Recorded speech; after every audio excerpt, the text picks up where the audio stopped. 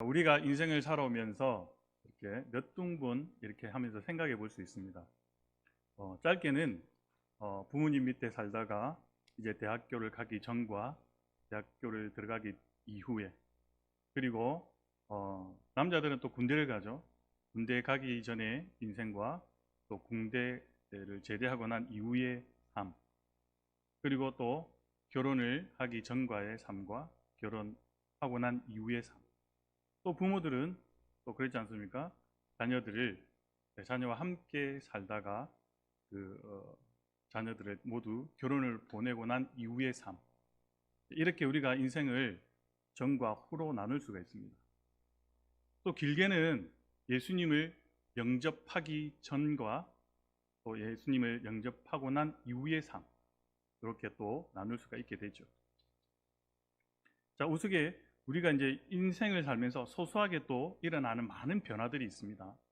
우스갯소리로 제가 이제 이 머리를 2대8로 했죠, 그죠? 2대8로 하고 난 이후에 저를 알아보지 못하는 분들이 많더라고요. 그래서 제가 1월 첫째 주에 1월 9일 날 설교했을 때 매일 인사하시는 분들도 오늘 새롭게 온 목사님이 설교가 참 좋더라, 이렇게 얘기하시는 거예요. 그래서 머리를 하기 전에 저의 모습과 머리를 바꾸고 난 저의 2대8 머리를 하고 난 이후에 저의 모습이 많은 사람들이 다르게 비춰졌다는 것이죠. 자, 여기서 2대8이라고 하는 이 숫자에 대해서 제가 깨달은 게 있습니다. 그러면 나는 예수님을 믿기 이전에 나의 관심이 세상에서 8이었다면, 그러면 예수님을 믿고 난 이후에 나의 삶이 예수님에 관한 관심이 2밖에 되지 않았다는 것을 이렇게 머리를 통해서 깨닫게 되었습니다. 여러분들의 삶은 어떻습니까? 예수님을 믿기 전에 이전의 삶과 이후의 삶, 많은 변화가 있었습니다. 오늘 이 말씀을 통해서 우리는 예수님을 믿기 이전의 삶, 이후의 삶이 얼마나 달라졌고, 또 나의 관심이 하나님을 향한 관심이 얼마나 있고, 또 하나님과의 나의 관계가 얼마나 개선되었고 변화되었는지 살펴보고자 합니다. 어느 목사님의 아들이 밤마다 기도할 때 이렇게 기도한다고 합니다. 초등학교 이제 3학년인데, 하나님, 하나뿐인 인생 잘 살게 해주십시오, 이렇게 기도한다고 합니다. 네, 저희 아들일 수도 있습니다. 네. 여러분들, 인생은 하나뿐입니다. 예수님 믿기 이전의 삶과 이후의 삶이 얼마나 중요한지 오늘 모세의 인생을 통해서 살펴보고자 합니다. 모세는 120년을 살면서 40년씩 3등분된 인생을 살았다는 것이죠. 자, 30년은 어떤 인생이었습니까? 이집트의 왕자로 정말 아무것도 부러울 것이 없는 그 인생을 누리며 살았죠. 그리고 두 번째 40년 미디안 광야에서 목동으로 살았습니다. 그리고 마지막 40년은 어떤 삶이었죠? 이스라엘을 인도해낸 리더자로서의 40년의 삶을 살았다는 것이죠. 이 모세의 일생을 보면 하나님이 한 인간을 어떻게 선택하시고 또 세우시고 다루어 가시는지를 우리는 뚜렷하게 알 수 있다는 것이죠. 오늘 본문은 모세가 시내산에서 하나님을 만난 이후에 형인 아론과 함께 이집트 이 바로 왕을 만남으로 인해서 하나님의 명령하신 말씀을 전해주는 장면이죠. 자, 이 말씀을 들으실 때 하나님과의 관계의 회복, 그리고 예배의 회복, 그리고 고난 속에 역사하시는 하나님의 능력이 회복되시는 은혜의 시간이 되시기를 주님의 이름으로 간절히 축원합니다. 자, 1절에 보니까 이렇게 말씀하죠. 그 후에 모세와 아론이 바로에게 가서라고 시작하고 있습니다. 자, 그 후에라는 말은 짧은 시간으로 보면 첫 번째, 시내산에서 모세를 하나님이 만난 후에, 자, 두 번째, 애굽으로 가서 이 이스라엘 백성을 구해내라는 하나님의 사명을 받은 이후에, 그리고 세 번째, 할례 문제로 이 모세의 두 아들을 죽일 뻔했죠. 그 사건 이후에, 네 번째, 하나님이 아론을 보내셔서 호렙산, 다시 말하면 시내산에서 모세와 아론이 만난 후에, 이런 일련의 일들이 있은 후에라는 뜻이 그 후에라는 단어에 담겨 있다는 것이죠. 많은 일들이 있었다는 것이죠. 자, 그 후에라는 말씀을 아주 긴 시간으로 보게 되면 이스라엘 백성이 애굽에서 지낸 지 430년이 흘렀고 노예가 되어서 모진 탄압과 또는 고된 노동에 시달릴 때 그렇게 탄식하며 하나님께 부르짖는 기도가 하나님께 상달된 후에라는 뜻이 된다라는 것이죠. 그러면 짧은 시간으로 보게 되면 어떻게 됩니까? 여하튼 이 짧은 시간도 많은 일들이 있었지만 그 후에라는 말씀을 또다시 긴 시간으로 보게 되면 이스라엘 백성이 아까 말한 것처럼 430 동안 많은 고진 노동과 눈물이 부르짖음이 있었다는 것입니다. 여하튼 짧은 시간으로 보든 이 모세의 인생을 긴 시간으로 보든 그 후에라는 말은 단순한 말이 아니라는 것을 우리가 알 수 있다는 것이죠. 자, 만약에 하나님이 이스라엘 백성의 이 부르짖는 기도에 응답하시지 않으셨다면, 또 시내산에서 모세에게 이스라엘 백성을 구하라고 사명을 주시지 않았다라고 한다면 이 그 후에라는 것은 아마도 성립되지 않았을 것입니다.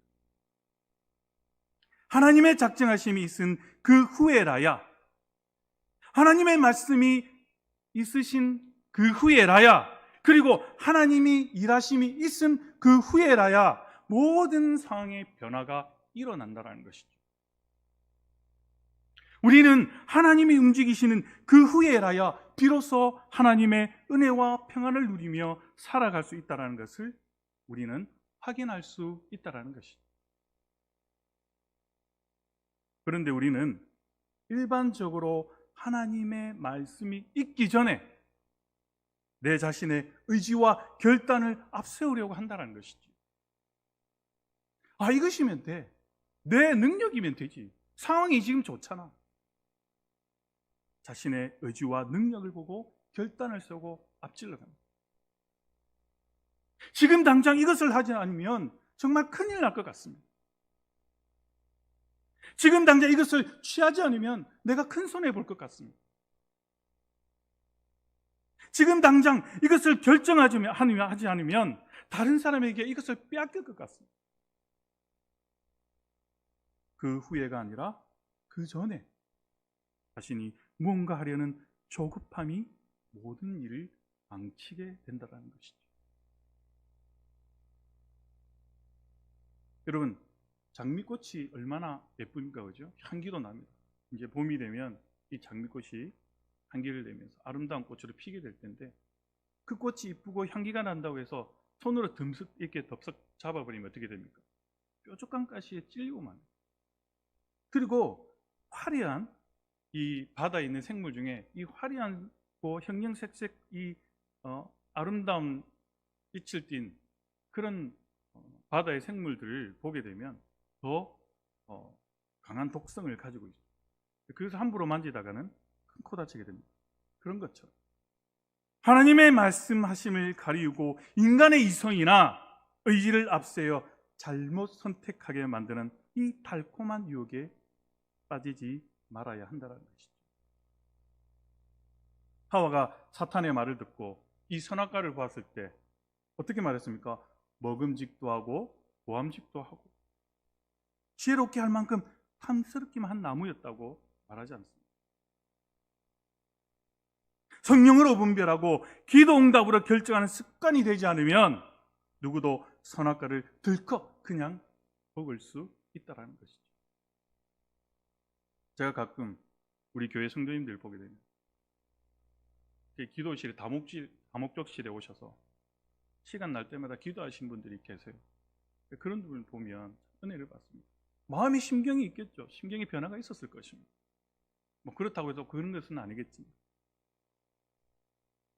자신의 어떤 그 결정하는 가운데에서 자기가 그냥 그냥 어떤 결정을 하기가 어려우니까 하나님 앞에 와서 묻지 않겠습니까? 기도하지 않겠습니까? 나의 생각 그 이전에 하나님께 묻는 것이죠. 그 후에라는 말씀 안에는 무언가 선택하고 실행하고 결과를 만들어가는 것보다 훨씬 더 중요하고 또 중요한 것은 하나님의 말씀을 듣는 것이고, 더 깊이 들어가면 하나님과의 원활한 소통을 이루는 관계의 개선이 우선이라는 것입니다. 하나님과의 믿기 이전의 나의 삶과 이후의 삶이 이렇게 변화가 없어요. 그냥 내 뜻대로, 내 상황이 맞으니까, 지금 내가 여유가 있으니까 그냥 덥석 결정해버려요.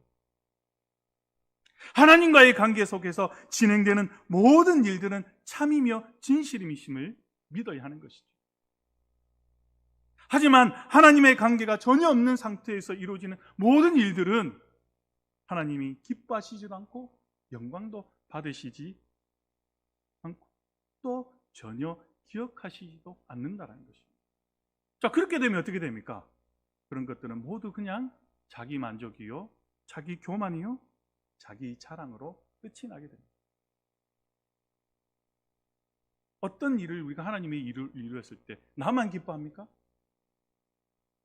더불어 함께 기뻐하는 것이죠. 이게 하나님의 뜻이고 하나님의 일이라는 것입니다. 우리는 모든 신앙생활 가운데 그 후에 움직인다라는 기준을 정해놓고 실천해야 한다는 것입니다. 그래서 제가 이전에 한 번씩 이런 얘기를 하죠. 어떤 교회 행사가 있으면 어떻게 합니까? 또 누가 아프다고 하면, 누가 지금 위급한 상황에 놓여 있다고 한다면 어떻게 합니까? 권사님들이 막 모여서 기도 특공대를 만들어서 교회 기도 제목을 해서 함께 기도합니다. 마음을 같이 합니다. 그러니까 어떻게 됩니까? 역사가 일어나죠. 그런 역사가 모든 사람들, 성도들의 귀에 들어가면 어떻게 됩니까? 은혜 받습니다. 그러니까 어떻게 됩니까? 교회에 오면 마음이 평안해지고 예배에 집중하게 되고 서로 마음을 나누게 되고, 다음에 어떤 일이 있을 때 어떻게 됩니까? 더 마음을 넣고 기도하는 것이죠. 먼저 사람이 움직이는 것이 아니고 하나님께 묻고 함께 기도한 이후에 하나님의 놀라운 역사가 손길이 그때서야 뻗치게 된다는 거예요. 우리는 이것을 머리로는 잘 알고 있습니다. 그러나 마음으로는 실천하기가 어렵다는 것이죠. 모든 신앙생활 가운데 그 후에 움직인다는 기준을 정해놓고 우리는 실천해야 한다는 것입니다. 이게 지혜입니다. 모세는 하나님을 만나서 하나님의 존재하심을 직접 경험했죠. 그 떨기나무에서 불은 나지만 타지 않는 그 떨기나무 앞에서 하나님을 만나지 않았습니다. 그것을 경험했다는 것이죠. 이것은 모세의 인생에 있어서 가장 큰 변화점이 되었다는 것이죠. 그리고 하나님으로부터 일생의 사명을 받았습니다. 그래서 능력을 받았죠. 능력의 상징으로 무엇을 받았습니까? 지팡이를 받았습니다. 함께 동력할 또 누구를 얻게 됩니까? 형 아론도 얻게 됩니다. 그리고 난 그 후에 어떻게 됩니까? 모세는 행동하기 시작합니다.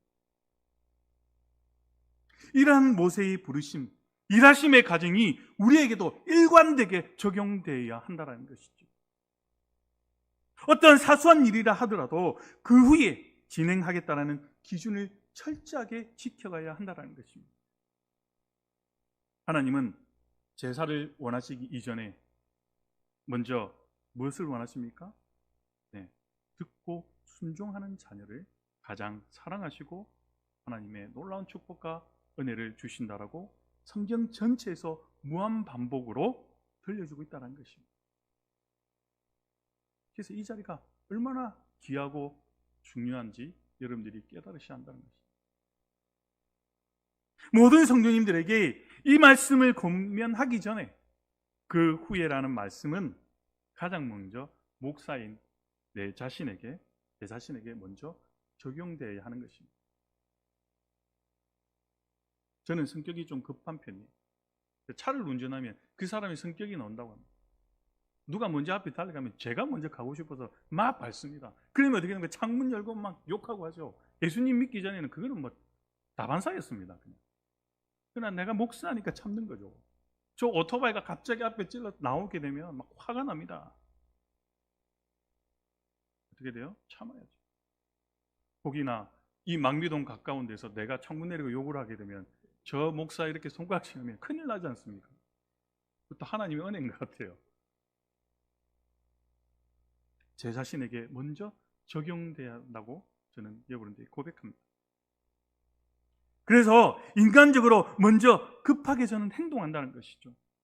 성격이 이렇다 보니 무슨 일을 하다 보면 생각하면 머리에서 이미 그 일이 쫙 펼쳐집니다.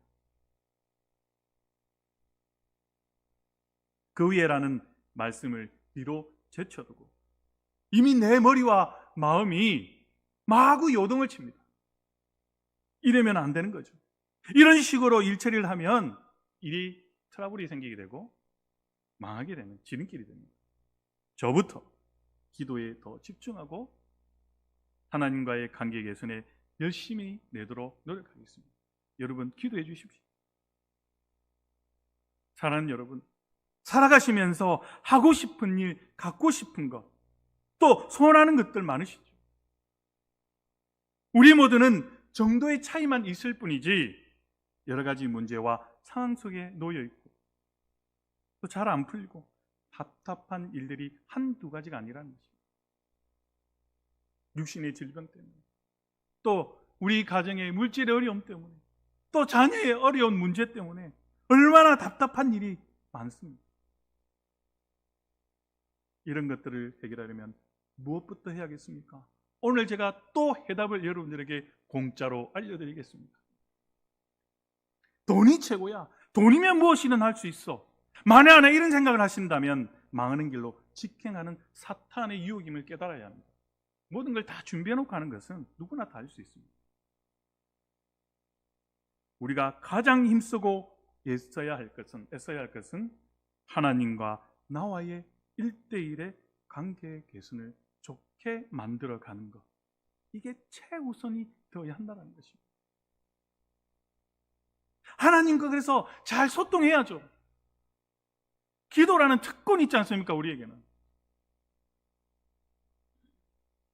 하나님의 음성이 우리의 마음속에 귀에 잘 들려야 합니다.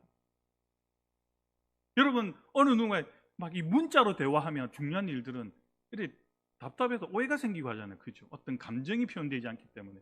그래서 답답해서 그냥 전화를 해도 통화를 합니다. 그런 것처럼 하나님과의 우리의 소통도 마찬가지입니다. 기도할 수 있는 특권이 있는데 우리가 기도하지 않는 것이죠. 하나님께서 얼마나 답답해 하시겠어요. 마음은 있고 생각은 있는데 아뢰지 않아요. 소통이 없어요. 하나님이 들으시도록 이것저것 소원을 잘 아뢰야 합니다. 하나님과의 관계를 이루어가는 시간을 계속 늘려가고 시간마다 하나님께 집중하는 훈련과 습관을 만들어가야 하는 것이죠. 그래서 저는요, 여러분들 시험 들지 마세요. 새벽기도 노는 분들을 너무 사랑합니다. 저는 정이 듭니다. 인간적으로 영적인 교감이 있습니다. 그래서 제가 새벽기도 끝나면 대충 보고 이름 나오신 분 보고 기도합니다. 하나님과의 훈련이 필요합니다. 이 소통도요, 대화를 자주 하는 사람이 하나님과의 이 관계 개선에서 지혜가 생깁니다.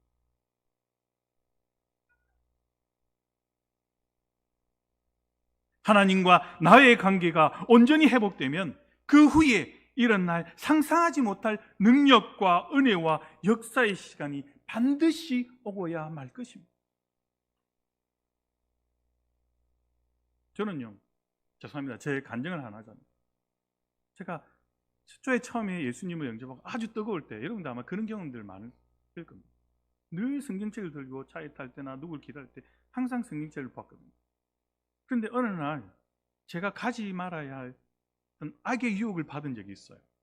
그러니까 친구를 제가 이제 예수님의 영접을 다 끊고 그러게 되면 술, 담배를 안 하잖아요. 아주 중요한, 아주 오래된 친구한테 연락이 왔어요. 그런데 어느 날 갑자기 이제 기도하고 말씀을 보고 연락이 와서 이게 가야 되나 말아야 되나. 그런데 하나님의 음성이 들렸어요. 성희야, 너 거기 가면 절대 안 된다. 네가 또다시 술을 먹게 되고 그런 유혹의 악의 구렁텅이에 빠지는 시작점이 될 것이다. 절대 가면 안 된다. 그 음성이 제 온몸에 전체 들리는 거예요. 그러니까 세포가요 막 이렇게 소름 돋듯이 막 누가 지금 나한테 얘기를 하고 있는데 누가 얘기하는지 모르겠어요. 그게 온몸에 울려 퍼지는 거예요. 그래서 제가 그랬습니다. 마음속으로 주님 가지 않겠습니다. 주님 가라고 하면 가고 서라면 서겠습니다. 그래서 그 친구를 만나지 않고 그때부터 지금까지 술, 담배를 하지 않습니다. 그리고 그 이후에 하나님께 제가 기도했습니다. 술과 담배를 먹으면 제가 죽겠습니다. 이런 결단이 없으면 또 유혹에 넘어갈 수 있잖아요. 사랑하는 여러분, 하나님과의 소통은 이런 것입니다. 소통을 하다 보면요, 내가 하나님께서 원하시는 그 무엇인지 깨닫게 되어서 그렇게 기도하는 것이죠. 그래서 세상의 관심이, 팔이었던 나의 관심이 이제는 5가 되고 4가 되고 3이 점점 줄어듭니다. 하나님과의 관심이 더욱더 많아지는 것이죠. 그러나 하나님과의 관심은 100이 될 수 없습니다. 우리는 세상에 있기 때문에 세상의 관심을 제로로 만들 수는 없어요. 여하튼 중요한 것은 이렇게 하나님과의 나와의 관계가 온전히 회복되면 그 이후에 일어날 상상하지 못할 하나님의 능력과 축복을 여러분들이 경험하게 된다는 것입니다. 이런 경험이 언제부턴가 사라졌어요. 그러니까 우리의 이 성령은 내주하고 계시죠. 그러니까 우리가 세상에 관심이 많다 보니까 성령님이 근심하게 되고 소멸하게 됩니다. 소멸하게 된다는 것은 없어진다는 게 아닙니다. 침묵하게 된다는 것입니다. 그러니까 예배를 드려도 기쁨이 없어요. 감사가 넘치지 않습니다. 자, 여러분들이 약간 지금 조금 벗어난 이야기지만 제가 진단을 해드리겠습니다. 예배 기쁨이 없어요. 기도드려도 무슨 나의 마음에 평안이 없어요. 그러면 성령님이 침묵하고 계십니다. 여러분들의 삶이 세상적으로 인해서 너무 많은 것에 관심을 두면 성령님이 침묵하신다. 이 한국교회의 모든 어려움이 지금 이렇게 나타나고 있는 것이죠. 자, 다시 말씀으로 돌아서 사랑하는 여러분, 이스라엘 백성이 출애굽하기 전에 430년간이나 애굽에 있으면서 얼마나 이렇게 피눈물 나도록 부르짖었다는 것을 상상해 보십시오. 자자 대대손손 430년 동안 이 노예 생활을 했다는 것입니다. 죄송한 말씀이지만 우리도 부르짖고 참고 기다리는 것 외에는 달리할 것이 없습니다. 그 기다리는 시간에 하나님과 나와의 관계가 개선이 되고 또 좋아지게 되고 원활해진다면 반드시 하나님의 우리 모든 소원에 응답하시는 기적의 시간이 오게 되는 것을 굳게 믿어야 한다는 것입니다. 늦는 것 같지만 그 시간이 가장 빠른 시간이요 정확한 시간이라는 것입니다. 우리 교회 모든 성도님들은 오늘 이 시간 이후부터 내 일생의 가장 중요한 단 하나의 목적과 기준을 재정립하시기를 바랍니다. 하나님과의 관계 개선, 즉 하나님과의 화목의 시간을 갖는 것, 그 시간은 바로 예배의 회복이라는 것이죠.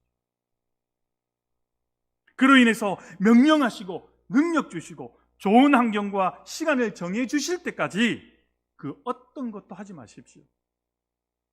우리 모두가 하나님으로부터 응답받고 그 후에 일어나는 말할 수 없는 은혜의 평강의 시간을 맞이하는 믿음과 순종의 주인공이 되시기를 주님의 이름으로 간절히 축복합니다. 모세와 아론이 바로를 찾아가서 말하기를 이렇게 말씀합니다. 하나님께서 이렇게 말씀하셨다. 내 백성을 보내라. 그러면 그들이 광야에서 내 앞에 절기를 지킬 것이니라. 2절에서 말씀하고 있죠. 예상대로 바로는 그것에 대답을 했을까요? 응답했습니까? 아니요. 들은 척도 하지 않았습니다. 2절에 우리말 성경으로 이렇게 말씀합니다. 우리말 성경을 읽어드리겠습니다.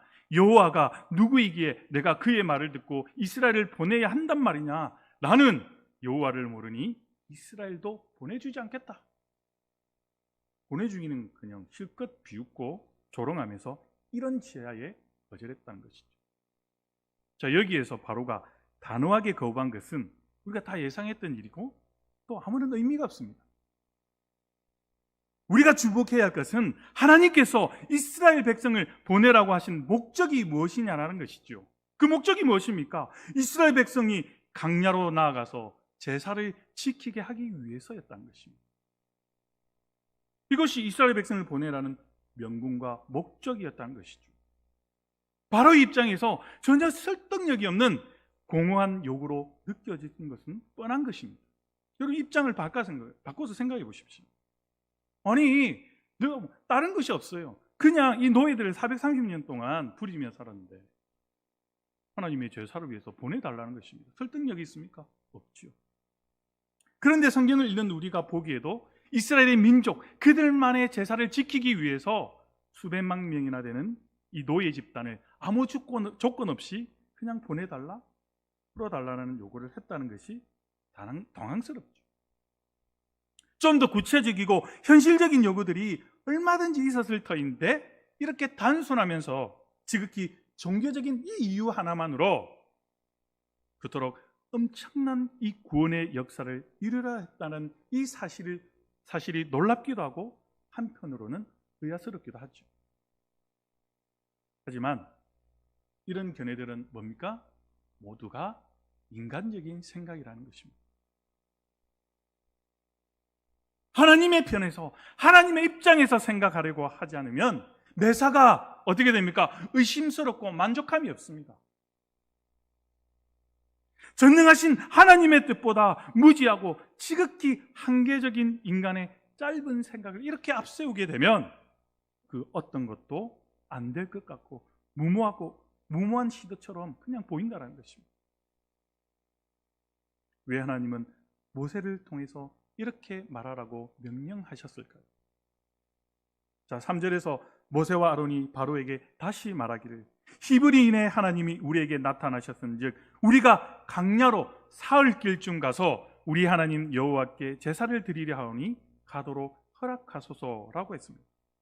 하나님이 나타나셔서 분명하게 말씀하셨다는 사실을 재차 강조하고 있습니다. 자, 실제로 출애굽기 3장 18절에서 하나님이 모세에게 사명을 주실 때 말씀하신 거죠. 너는 그들의 장로들과 함께 애굽 왕에게 이르기를 히브리 사람의 하나님 여호와께서 우리에게 임하셨은즉 우리가 우리 하나님 여호와께 제사를 드리려 하오니 사흘길쯤 광야로 가도록 허락하소서 하라. 이렇게 말하라고 알려주셨습니다. 모세는 하나님이 하신 말씀을 토시 하나 바꾸지 않고 그대로 전했습니다. 하나님의 말씀은 하나라도 더하거나 뺄 수가 없죠. 그 자체가 능력이라는 것입니다. 자, 여기서 사흘길이라는 표현이 재미있습니다. 고대에서는 하루길이라는 거리를 대략 30에서 50km로 계산합니다. 그러면 사흘길은 약 90에서 150km 정도의 거리를 말하는데 이 거리가 애굽에서 시내산까지 가는 거리입니다. 자, 제사를 드리러 간다라는 표현에서 이 제사라는 말의 원어 히브리어 이 자바흐는 희생이라는 의미를 가지고 있습니다. 즉 모세가 바로에게 요구한 것은 가축을 잡아서 제물을 드릴 수 있도록 사흘 거리 정도의 광야로 보내달라는 요구였죠. 자, 희생제사는 곧 현 시대에 드리는 무엇입니까? 바로 예배를 말합니다. 하나님은 하나님의 백성들이 예배자로 살아가는 것, 진정한 예배의 삶을 회복시켜 주시고자 하셨다라는 것이죠. 예배의 온전한 회복, 이것이 이스라엘 백성을 광야로 탈출시키려는 하나님의 목적이셨다는 것입니다. 우리는 여기서 하나님의 진실한 마음을 읽어내야 합니다. 하나님의 마음을 느낄 수 있어야죠. 하나님의 마음의 뜻에 명분과 목적에 내 마음을 정확하게 일치시켜야 하는 것입니다. 지금 어려운 이 코로나 시기에 우리가 세상을 향해서 외쳐야 할 가장 큰 목소리는 무엇입니까? 우리를 광야로 보내주십시오. 이 강력하고도 간절한 예배의 부르심이 이 코로나 시대에 우리에게도 있어야 한다는 것입니다. 여러분, 귀를 열고 마음을 열고 들어보십시오. 하나님이 우리에게 지금 이 순간 큰 소리로 명령하고 계신다는 것입니다. 어떤 소리가 들리십니까? 너는 지금 당장 몸과 마음을 움직여라. 광야의 자리, 예배의 자리로 즉시 나아가라. 내가 그곳에서 너희를 기다리고 있노라. 이렇게 말씀하고 있다는 것입니다. 우리를 이 예배의 자리로 부르시는 하나님의 음성이 천둥소리처럼 들려야 한다는 것이죠. 하나님은 이 땅에 모든 억압받고 고통받는 자들이 그 고통과 속박 속에서 하루속히 풀려나시기를 원하시는데, 그 목적이 단순하게 몸의 자유만 누리도록 하기 위함이 아니라 온전한 예배를 하나님께 드림으로써 온전한 회복의 은혜를 누리기 위함이라는 것입니다.